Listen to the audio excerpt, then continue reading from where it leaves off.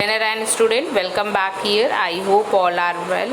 Now student, the rise of nationalism in Europe में हमारा last topic discuss हो रहा है नेशनलिज्म एंड इम्पीरियलिज्म, और आई होप कि all are understood this above topic. I am already discussed. Now last topic and last explanation and chapter overall completed. Now start nationalism and imperialism.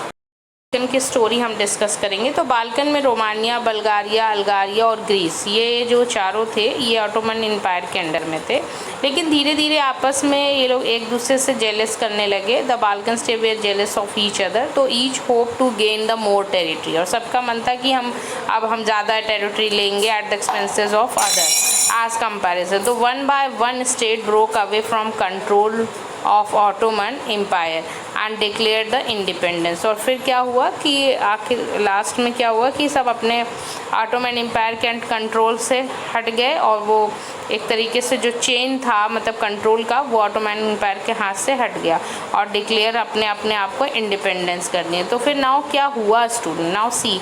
तो अभी आपने देखा कि बाल्कन के under में कौन था, रोमानिया, बल्गारिया, अल्गारिया और ग्रीस, मतलब बाल्कन एक प्लेस था और वहाँ पे ऑटोमन एम्पायर के अंडर में ये सारी चीज़ें थी। बट ये सारे स्टेट फिर आपस में ही एक दूसरे से जेलस करके और अपनी टेरिटरी बनाए और अपना ही इंडिपेंडेंस डिक्लेयर करिए, और ऑटोमन के अंडर से कंट्रोल हट गया। तो हुआ क्या, now see what happened. I am already discuss the Balkan story. तो बाल्कन में कुछ लोग अट्रैक्ट हो रहे थे, Russia, Germany, England and Australia, Hungary. तो ये किस उससे अट्रैक्ट हो रहे थे, तो फर्स्ट ऑफ ऑल ये इम्पीरियलिज्म चाह रहे थे कि एक्सटेंडिंग करना चाह रहे थे पावर को, तो किसी चीज़ को बढ़ाना। इम्पीरियलिज्म का मतलब होता है कि स्टूडेंट की किसी चीज़ को अपने पर्टिकुलर रीजन को एक्सटेंड करना। तो वो एक्सटेंड किस से करेंगे, extend the power with the use of military से, आप एक मिलिट्री सिस्टम से वो इन पर्टिकुलर रीजन को इंक्रीज़ करना।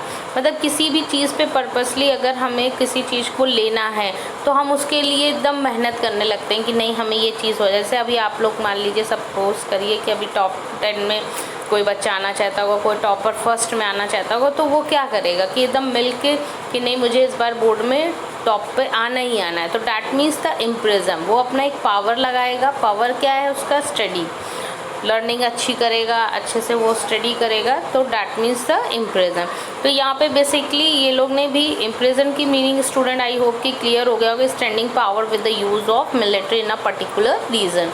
तो ये इम्पीरियलिज्म मीन्स होता है कि कोई अपने पावर को अगर किसी चीज़ को एक्सटेंड करना है तो पावर का हम यूज़ करते हैं like that military in a particular region. Okay, now next topic में आपने यहाँ पर देख रहे हैं कि ये लोग इम्पीरियलिज्म के लिए अपोज हो गए।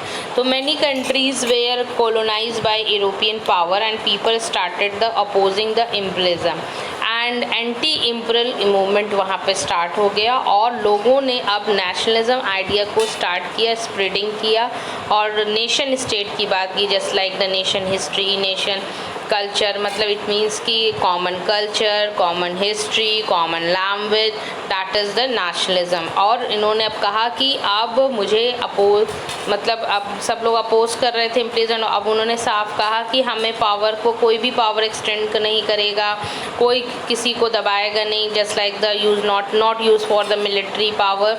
और अब क्या होगा, एक आइडिया स्प्रेड होगा जो हमारे नेशनलिज्म में। तो nationalism idea of started the spreading the common language, common culture and common history and common state. Thank you student.